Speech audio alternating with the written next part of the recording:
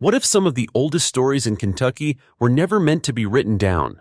What if they were built into ridgelines, carved into stone, hidden in caves, and then quietly abandoned without explanation? Across Kentucky's hills and river valleys are structures and markings that do not fit neatly into the historical frameworks we rely on. Stone walls that look deliberate but fail as fortifications. Rock carvings that mix familiar symbols with shapes no one can confidently identify. Entire communities shaped from earth that were not destroyed by war but simply left behind. And deep underground, traces of people who carried fire into darkness where a single mistake could mean death. These are not legends passed down through myth. They are physical remains, measurable, mapped, and studied, yet still unresolved. Archaeology offers partial answers, but never a complete one. Context is missing.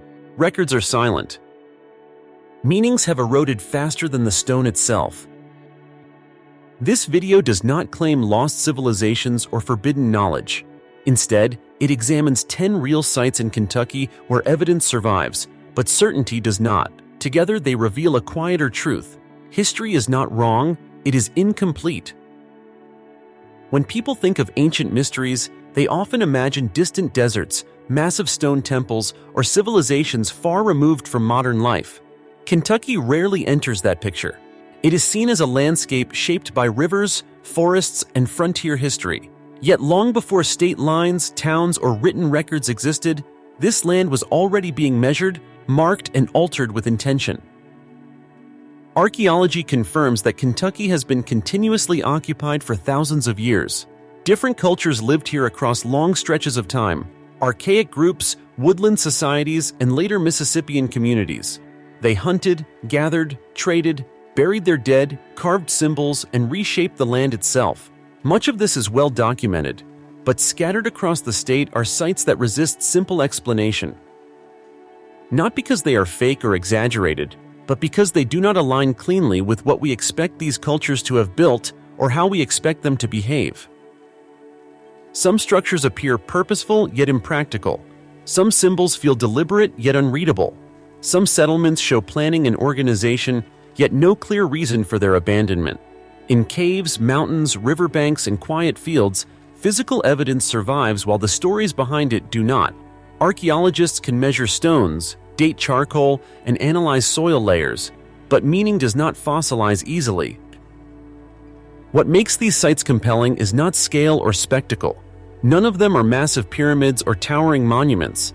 Their power comes from subtlety. A low stone wall placed at the exact point where a ridge narrows. A panel of carvings that mixed styles in ways that defy categorization.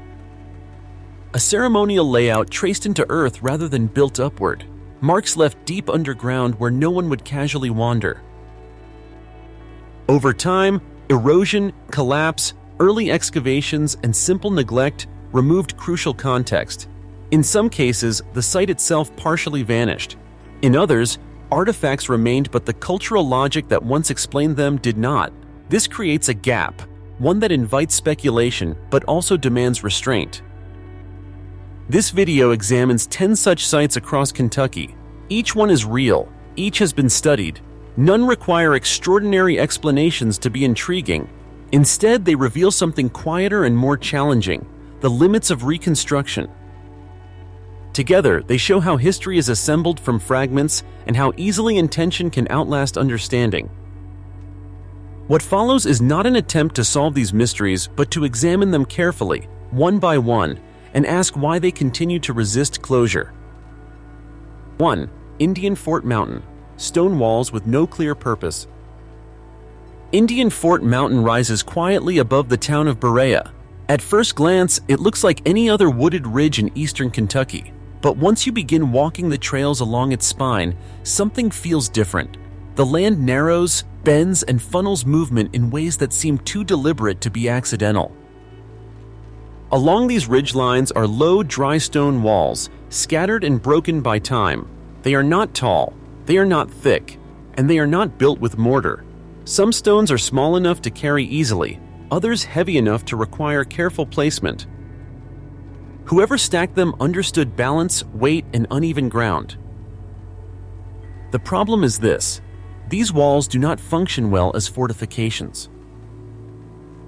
They are too low to stop an attack, too thin to withstand force, too inconsistent to form a continuous defensive perimeter. And yet, they are clearly intentional. When archaeologists mapped the layout, another pattern emerged. The walls often appear at natural choke points, places where the ridge narrows, where movement is naturally guided. In other areas, they sit near steep drop-offs overlooking the valleys below, locations that offer visibility rather than protection. This suggests awareness of terrain, but not in the way traditional military forts are designed. Some researchers have suggested a woodland-era origin. That explanation fits the region chronologically, but the design does not match known woodland fort sites. There are no clear gates, no reinforced sections, no thick ramparts. The walls seem less concerned with keeping people out and more focused on directing where people go.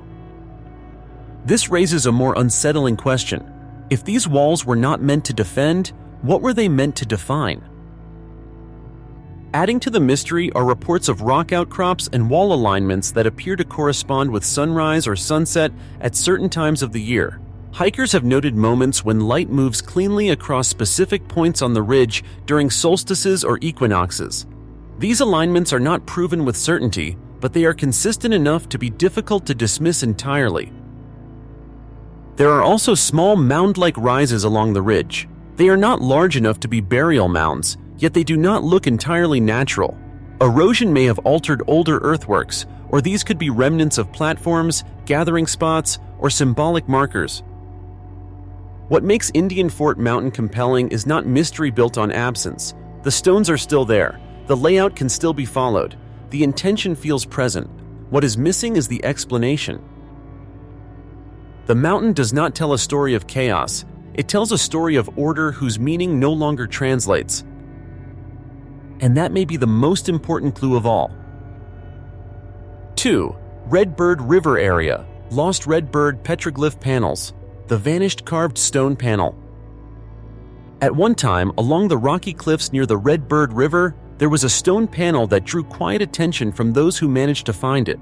It was not marked by signs or protected by barriers. It simply existed, embedded in the landscape, covered in carvings that did not fully resemble anything else in the region. People who saw the panel described figures of birds, human shapes, spirals, and unfamiliar symbols carved into a broad rock face. Some markings were shallow and precise, as if carefully scratched. Others were cut deeper, with force and intention. What made the panel unsettling was not just its age, but its mixture of styles. Certain figures looked consistent with known indigenous petroglyph traditions. Right beside them, however, were shapes that did not fit comfortably into any established catalog. A few of these symbols appeared almost alphabetic, lines and forms that reminded some observers of early writing systems from far beyond North America. That resemblance was enough to spark debate. Were these simply misinterpreted native symbols? Coincidence shaped by the human tendency to see patterns? Or evidence of influences that no longer have a clear historical explanation? Before those questions could be examined carefully, the site changed forever. A major rock collapse caused the panel to fracture. Large portions broke away. Some fragments were reportedly moved, stored, or misplaced. Others may have been lost entirely. Today, the original panel no longer exists in its original form. What remains are partial fragments, old photographs, written descriptions, and conflicting memories from those who saw it before the collapse. That loss is critical. Petroglyphs rely on context.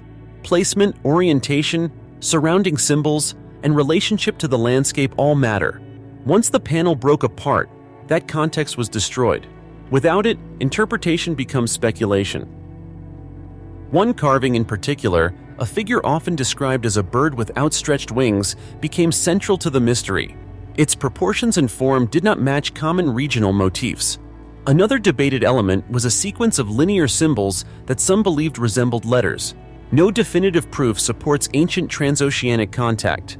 At the same time, there is no clear explanation for why these symbols differ so sharply from nearby examples. Today, the forest near the Redbird River is quiet. There is no dramatic marker indicating what was once there. Most people pass through the area unaware that an important piece of Kentucky's ancient record once overlooked the valley from a stone wall. The lost red bird petroglyph panels matter not because they provide answers, but because they demonstrate how easily meaning can vanish. A story carved in stone endured for centuries, only to be lost before modern tools could fully understand it. What remains is a reminder: when context collapses, certainty collapses with it. 3. Wycliffe Mounds, an earthen city abandoned without violence. Wycliffe Mound sits on a gentle rise above the Mississippi River floodplain. At first glance, the site appears quiet and unremarkable. Low earthen hills, open ground, and a landscape that blends easily into its surroundings. Nothing about it feels dramatic. And yet, beneath that calm surface lies evidence of a community that was carefully planned, socially complex, and deeply connected to ritual life. Archaeological research identifies Wycliffe as a Mississippian settlement occupied centuries before European contact. The mounds were not random piles of soil. They were deliberately shaped and arranged.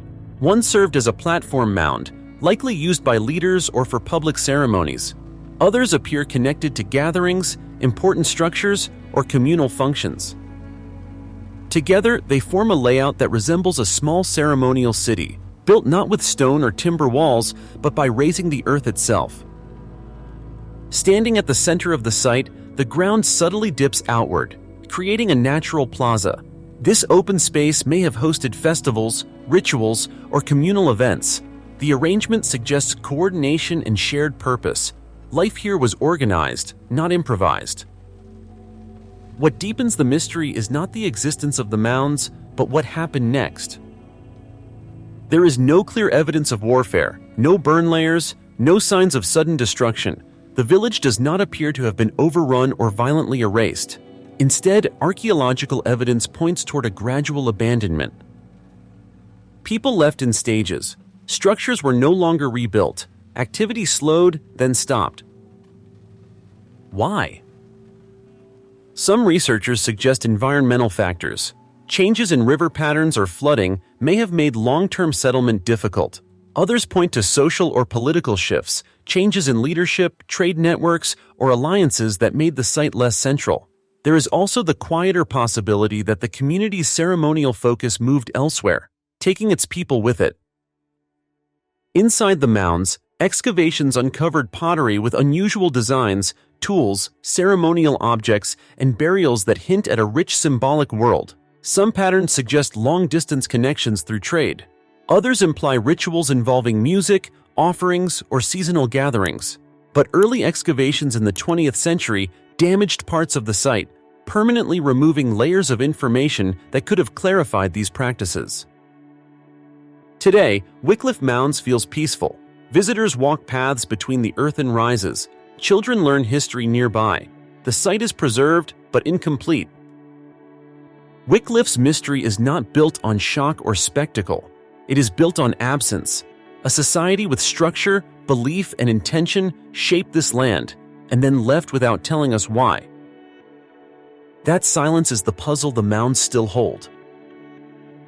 4. Livingston County Rock Art Shelters, carvings meant to be seen by few. In a quiet part of western Kentucky, sandstone overhangs form shallow shelters that are easy to overlook.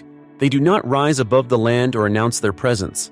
They hide along wooded slopes, shaped by water and time rather than human hands. And yet, within these natural shelters are marks that transform ordinary rock into something far more deliberate. When light adjusts under the overhangs, carved symbols emerge. Some are simple, straight lines, crosses, or small geometric shapes. Others are more complex, human-like figures with outstretched arms, animal forms, circles, and spirals carved deep into the soft stone.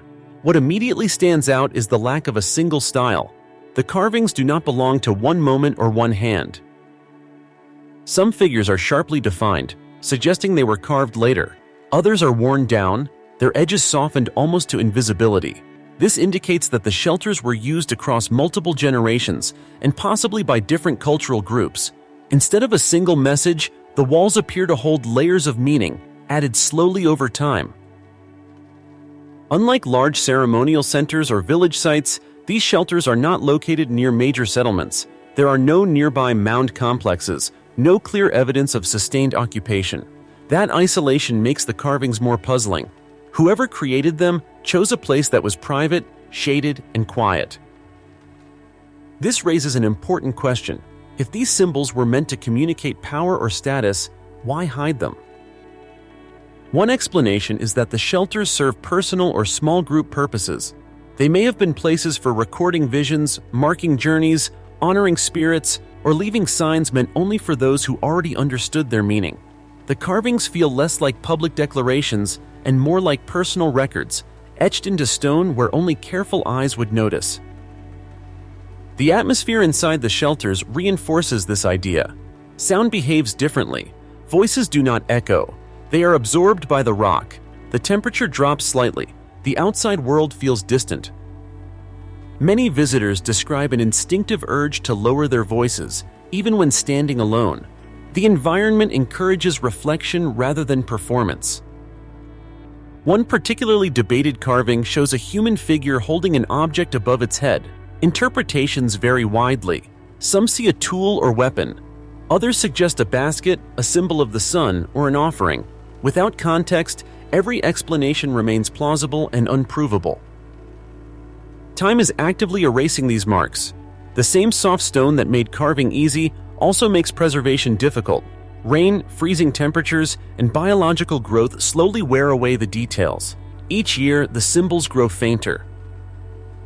The Livingston County rock art shelters do not overwhelm with scale or mystery. They do something quieter.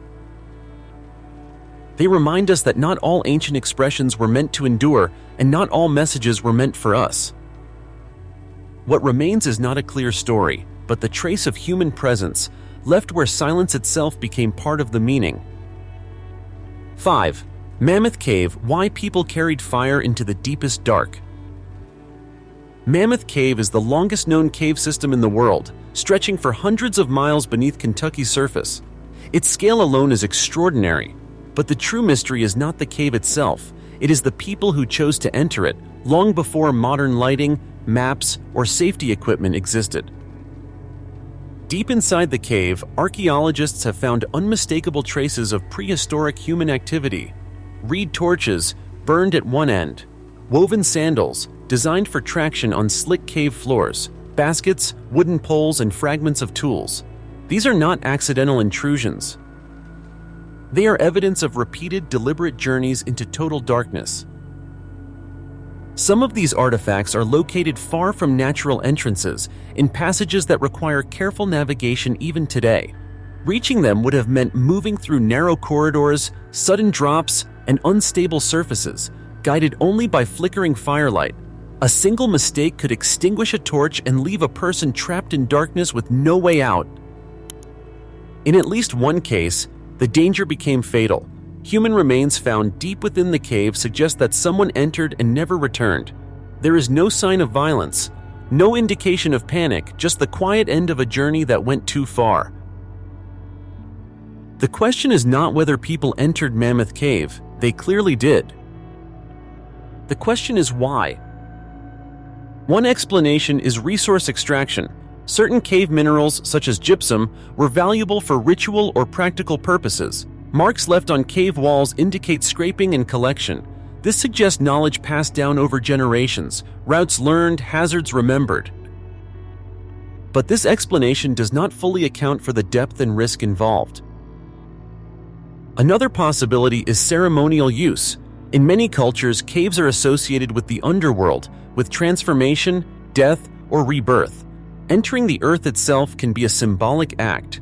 The darkness, silence, and isolation of Mammoth Cave would have made it a powerful setting for ritual experiences. There is also the simplest and most unsettling possibility. People went in because they believed they needed to. Not for survival, not for spectacle, but because the cave held meaning that justified the danger. Mammoth Cave does not preserve stories or symbols that explain these journeys. It preserves paths, tools, and footprints, evidence of intention without explanation. The fire is gone, the voices are gone, but the choice to enter the darkness remains visible. And that choice continues to challenge how we understand the relationship between ancient people and the landscapes they inhabited. 6. Mammoth cave markings, signs without a language. Beyond the tools and footprints left inside Mammoth Cave, there is another layer of evidence that deepens the mystery even further. Along certain passage walls and ceilings are marks made by fire and human hands, charcoal smears, torch streaks, and deliberate lines that do not appear to be random contact with the rock. Some of these marks are clearly functional. Soot patterns trace where torches were raised to light the way.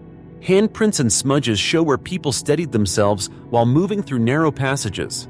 But mixed among these practical traces are symbols that do not serve an obvious purpose. Short lines etched or drawn in charcoal, repeated strokes clustered in specific areas, shapes that appear placed rather than accidental. In some sections, marks seem to cluster at decision points, junctions where a traveler would need to choose a direction. In others, they appear in areas where movement slows, almost as if the cave itself required acknowledgement before continuing.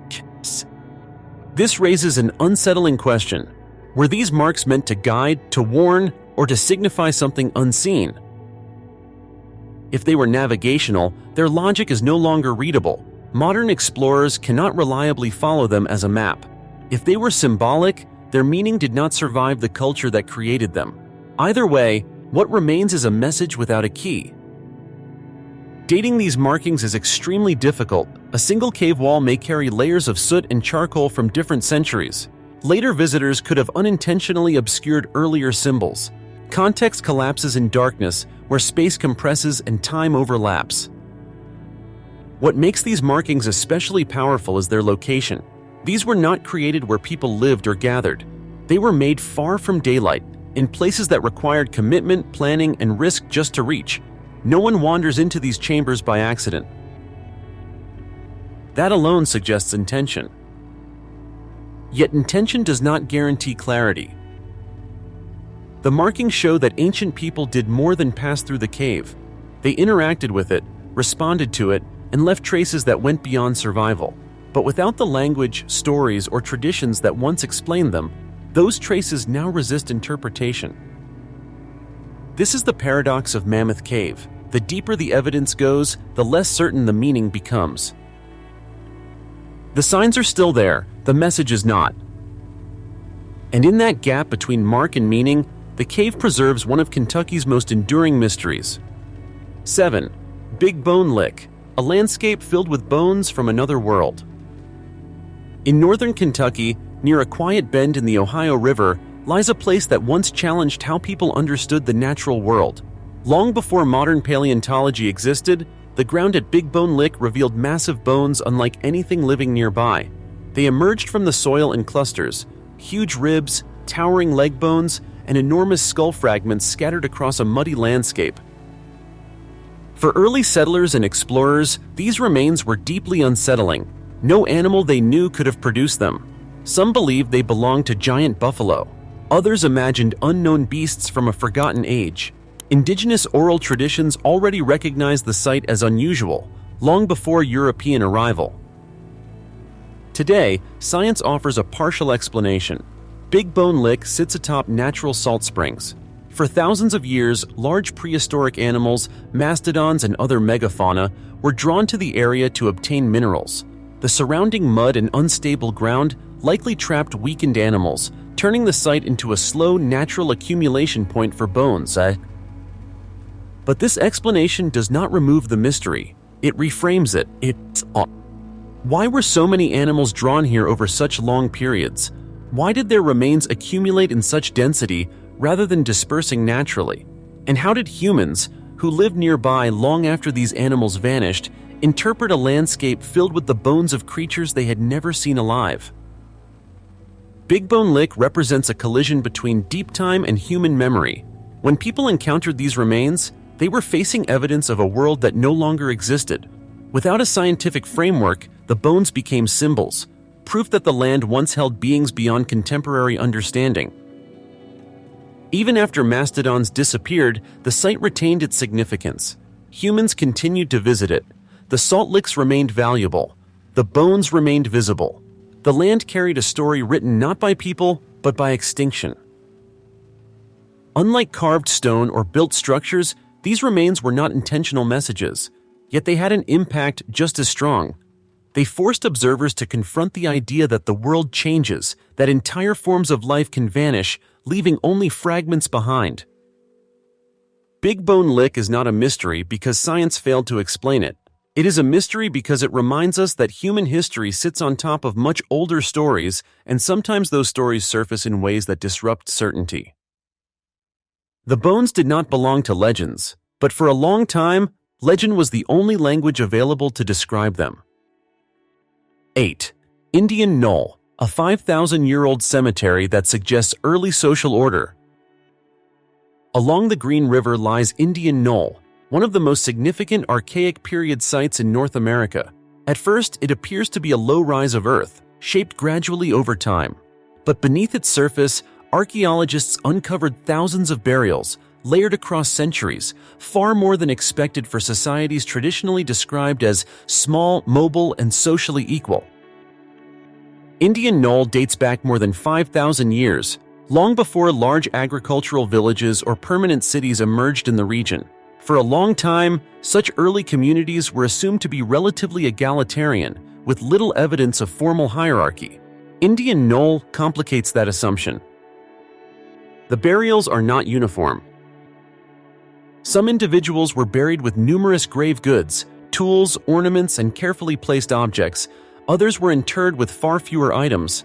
The placement of bodies, the repetition of burial patterns, and the clustering of certain individuals suggest that status, role, or identity mattered, even at this early stage of human organization. This raises difficult questions. What determines status in a society without written laws, kings, or cities? Was it age, skill, spiritual authority, lineage, or control over resources like river access and trade? The site's location offers one clue. The Green River was a vital corridor for movement, food, and exchange. Control over such a space could create influence without formal political structures. Indian Knoll may have functioned not only as a burial ground but as a symbolic center, anchoring social memory across generations. What makes the mystery deeper is scale. The sheer number of burials suggests long-term continuity. People return to this place again and again, choosing it deliberately to mark death and remembrance. This was not a temporary camp, it was a place of meaning. Yet, like many early excavations, parts of Indian Knoll were disturbed before modern archaeological standards existed. Context was lost. Some patterns can no longer be reconstructed with certainty. The data survives, but imperfectly. Indian Knoll does not offer dramatic architecture or carved symbols. Its message is quieter. It suggests that social complexity began earlier than we often assume, and that hierarchy, memory, and identity were already shaping human communities thousands of years before written history. The mystery is not whether Indian Knoll mattered. The mystery is how much of that early social world we can no longer see. 9. Bourbon County, Ceremonial Earthworks, a circle drawn into the earth.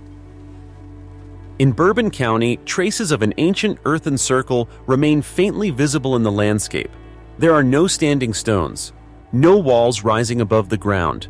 Instead, the shape is defined by subtle changes in elevation, soil raised and shaped into a form that only becomes clear when viewed as a whole. Archaeologists associate the site with the early woodland period, a time marked by increasing ceremonial activity and regional interaction. Circular earthworks from this era appear elsewhere in North America, often interpreted as places for gathering, ritual, and social coordination. What makes this site difficult to interpret is not its form, but the absence of context. There are no written records, no clear oral traditions tied directly to the circle, no definitive evidence of how often it was used or by whom. The circle's geometry suggests intention. Creating a near-symmetrical form in Earth requires planning, labor, and shared understanding. This was not a casual construction. It implies agreement on where to build, how to shape the land, and what the space was meant to represent. One possibility is seasonal use. Some researchers propose that the circle functioned as a calendar space, tied loosely to solar movement or seasonal gatherings. Others suggest it served as a neutral ground where different groups could meet, trade, or participate in ceremonies without crossing territorial boundaries. The circular form itself may have carried symbolic meaning, unity, cycles, or continuity. Yet none of these interpretations can be confirmed.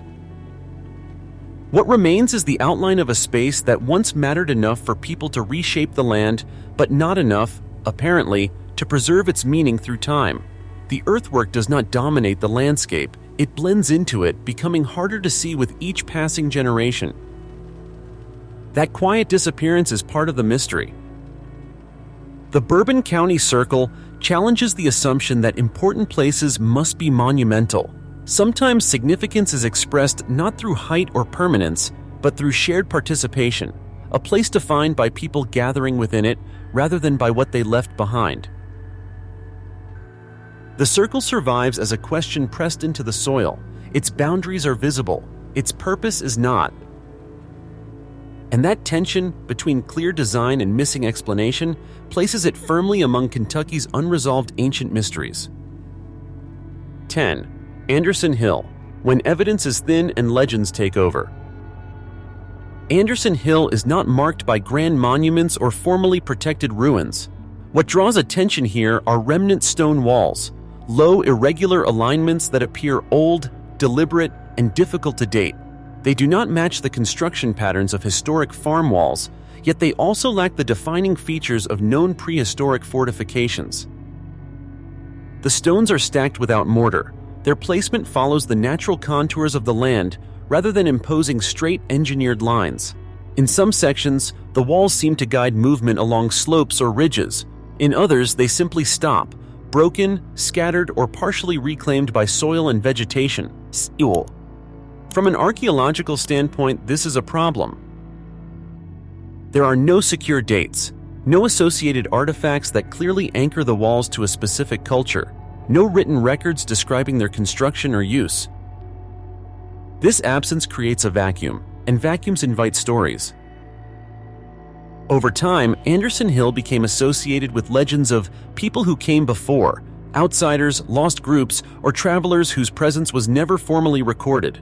These stories vary, contradict one another, and lack material support, but they persist because the walls themselves resist easy explanation.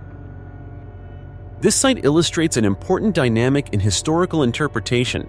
When physical evidence is incomplete, imagination often steps in to fill the gap. That does not mean the walls are meaningless, it means their meaning is vulnerable. Archaeology tends to be cautious here. The walls could represent boundary markers, temporary enclosures, or structures whose original function no longer translates clearly to modern categories. They may belong to a known indigenous tradition that simply left too little context behind to identify with confidence. What matters is not which theory is most dramatic, but why the uncertainty exists at all.